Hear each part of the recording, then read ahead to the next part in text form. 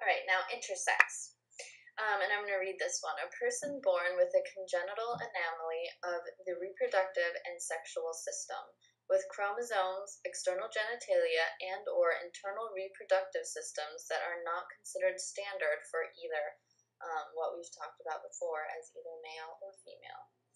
And so this is a fairly common occurrence, and a lot of people perhaps don't know that they are. And in a lot of cases, an unnecessary cosmetic surgery takes place, especially in the United States, so that a child who is born with an intersex condition is made to conform to either the male or the female, sex. The next one is transsexual, and it has to do with the biological body, and also with the intention or the reality of having changed your physical body. So some may continue in their transsexual identity I'll get to that, hold on. A person who is at any stage of physically transitioning their biological body from one sex to another, from taking hormones to reconstructive surgery. So, like I was saying, some people might continue to hold a transsexual identity until after their transition, which is their transition from one sex to another, or they might decide after they've transitioned or after they feel they've transitioned, whatever that might mean for them, that they might identify as either male or female afterwards. And this is really about self-determination and respecting people's identities. So next we have, under gender presentation, we're going to talk about gender presentation. Defining what gender presentation means, it's really exactly what it says. It's how your gender is presented or how it's interpreted by the society around you. And your gender presentation and your gender identity might be similar, but they also might not be similar. And presentation has to do with how society interprets the characteristics that society decides on whether or not they are within this category. So under feminine, we have a person who presents their gender with traits that are associated with being a woman. So some of those might be graceful, somebody who's graceful, or somebody who wears dresses, somebody who's soft-spoken or sensitive. Those are what society deems as feminine characteristics. And obviously, these kind of things can be challenged, but this is the way they work for our definitions here. And next we have masculine. So these are traits that define masculine, are decided by society, and your presentation is how you're interpreted. So masculine is somebody whose gender characteristics are associated with being a man, and that may include things like being aggressive, or being stoic, or deep-voiced, or even just wearing suits. Those kind of things, those are just examples of what we would consider in larger society to be masculine. Next is androgynous. So the reason why I put it in the middle is because androgynous might be a combination of feminine or masculine traits. So that might render a person neither overwhelmingly male or female, or man or woman seeming. And it can be a presentation that's seen as neutral to gender. I think especially androgynous is seen as kind of the neutral. And so it also can be seen as kind of challenging gender presentation, challenging it with society, being somebody who is androgynous. Next we have gender identity, and I just want to make sure that we understand that gender presentation is the way that society interprets you and decides on what your presentation is, and gender identity is something that you determine for yourself. And so, like I said here, there's how a person identifies their gender, not what others think someone's gender should be or is not. So gender identity is separate from your biological sex, and it can be separate from your gender presentation as well.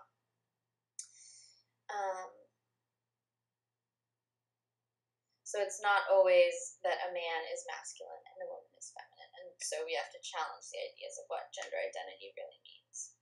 And so I've listed here kind of, since we just talked about it, a man might be considered to have masculine presentation, and a woman might be considered to have feminine presentation, like we just talked about.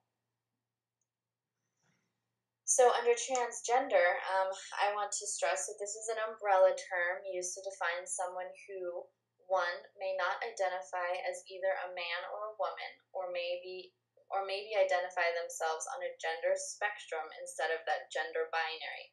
And by gender binary, I mean man and woman, and that's a duality, a binary that is normalized by society. And then also, a person may or may not be transitioning from one gender to another. So a transsexual person might be considered underneath the umbrella of transgender. And there are many different understandings of what it is to be transgender, but it's really about the fluid ways of defining gender and kind of the ways that people move in and outside of a gender structure that can be normative or normalizing. And then next we have genderqueer, and so I included this one because it's used to define a radical and or non-conforming gender identity. So this is someone who specifically and purposefully does not recognize the gender binary that we were just talking about as something that it applies to them, and they feel that their gender is outside of that structure. So they recognize that the gender binary is not inclusive of all people, and they want to step out of the rigid roles and norms of gender. Okay, so now we're going to switch to sexuality, and I wanted to make sure to have everybody understand that the past three categories are completely different from sexuality. Now, some sexual orientations might include gender within their definition, but sexuality can also be defined without gender. Okay, so first we're going to start with lesbian, and obviously this one actually does have to do with gender. So it is defined as a woman, which is a gender identity, who is emotionally, physically, and or spiritually attracted to other women. So this one has much to do with gender. And then we have gay. So this is a man who is emotionally, physically, and or spiritually attracted to other men. And I just wanted to make sure to point out that with lesbian and gay, that this doesn't necessarily mean that there's any act included. Somebody doesn't have to have same gender sex to be considered lesbian or gay. It's just about an attraction. It doesn't have to be somebody who is in a relationship with people of the same gender. It's merely your own identification of how you see your sexuality. And also, of course, gay can be an umbrella term for anyone who has same gender attraction. So you can say that there are gay women as well. Next is bisexual, and this is a person who is attracted to men and women on the dual gender spectrum. So this one sees only two gender identities, and it doesn't assume the gender identity of the person's sexuality. So the actual person who is naming bisexual, their gender isn't assumed in that. But we are assuming through bisexual, and emphasis on the word bi, that there is that there's a gender binary, that there's a duality. And so I want to make sure also to point out that bisexuality can't be confused with somebody being confused. It is decided. Somebody who identifies as bisexual has decided or feels that they're attracted to both genders, and I want to make sure people don't think that bisexual means that you're anything but attracted to both, and you know that you're attracted to both. You're not confused. Next we have pansexual, and this one does not assume anyone's gender as being important or being the trigger for sexuality. So this is a person who is attracted to any person regardless of the other person's gender presentation and or gender identity. and this one is important in acknowledging a spectrum of gender. So maybe people who identify as genderqueer, who identify outside of the gender binary, might consider themselves pansexual, or somebody who's attracted to people who are genderqueer might consider themselves pansexual, or somebody who is gender conforming. It really has to do with, it's about a political act, and it's also about having a thought that your sexuality is fluid and that you're attracted to people and not really specifically genders.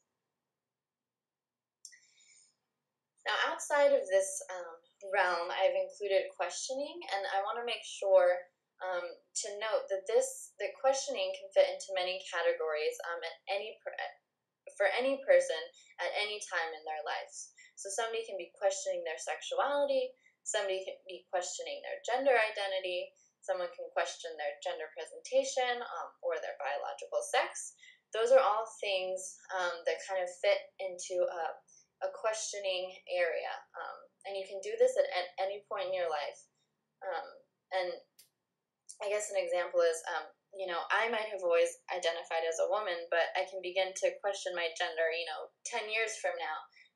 It's just something that is fluid and can move back and forth. The next one that I also didn't include in the umbrella terms, because I feel like it can fit into any of the categories, is queer. And first I want to point out that it is a reclaimed term meant to describe someone who is not heterosexual. So oftentimes when you hear somebody talking about lesbian, gay, bisexual, transgender, or questioning people, then they might call themselves queer. It's just, logistically, it's less syllables than LGBTQ, and you can just say queer, and that's where I go to. It's interchangeable with LGBTQ. And then the last definition I put in there is that it's a political term describing someone who is purposely non-normative. So I think it's a political stance to decide that that your sexuality may be lesbian, but you make sure to note that you don't want to live in a normative way, that you mean to kind of disrupt the roles that society has set for us and the different norms that society has set, and that's one way to characterize that. And then the next thing is that queer can often, it's kind of a controversial term, and we have to remember that not all people are going to feel empowered by this term, but there are some people who this is the only term they want to use, and so you kind of have to gauge your audience and gauge your own comfort with using this term. So now that we've gone through all of the umbrella terms, which was a lot, I just want to bring this last point home about this terminology, and that there's a difference between behavior and identity. And so when you're dealing with any person, especially a youth who might be forming their identity at the time, you need to keep in mind that there's a difference between actual behavior and what somebody identifies. Since identities are empowering, it can be disempowering to someone's identity because of their behavior and vice versa. So just because someone has a same gender sex or sexual attraction does not mean that they identify as somebody who is same gender loving or lesbian, gay, or bisexual.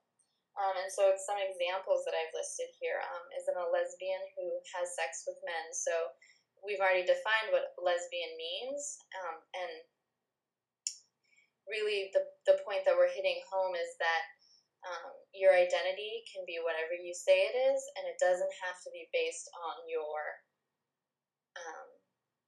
behavior. And so then the other one I have here is a straight man who has romantic relationships with other men. So he might identify as straight, but he still has same gender loving kind of behavior, and that's their power to self-determination. They can identify however they like or however they don't like. So Then I guess the last thing I want to do is really talk about some not so empowering terms. And just to kind of, now that we've shared the alternative terms that you can use, these are ones that you might want to take out of your vocabulary, or that you might want to make sure that you keep in mind, or even just challenge in your day-to-day life. So transvestite is one of those terms that just isn't used anymore. It's been used in a derogatory way in the past, and so different words that might be more empowering are transsexual or transgender, like we were talking about before. Homosexual is a term that has had a lot of negative connotations as well. It's seen as kind of a clinical term that in the past has been involved in calling people sick or diseased because of a homosexual condition, which obviously can be very offensive to people. The next one is alternative lifestyle. That's one people like to use. And this one assumes that there is a normal lifestyle, and we all know that there are many ways to live. So by having an alternative lifestyle, by having something that's not normal, just that idea is offensive, and it's alienating, and it's not inclusive of all people. Hermaphrodite is a term that has been used to talk about a lot of intersex people. So what we would use as intersex now is what hermaphrodite has been used, but this one has also been, has a widely accepted negative derogatory connotation, and so I would encourage you to use intersex instead. And then, of course, the other one, the last two that I thought would be important to bring up is the popular dyke and fag. And so these two words are obviously derogatory. I think everybody would agree that they are, although we do have to also keep in mind that just like queer, there are many people who have reclaimed these terms and might use them amongst each other, for each other, or to call themselves. But it's not a term that I would advise anybody to use for someone else. So this is a term that people might want to use to identify themselves, but they don't necessarily want to be called a dyke or a fag by someone they don't know, or someone they do know even.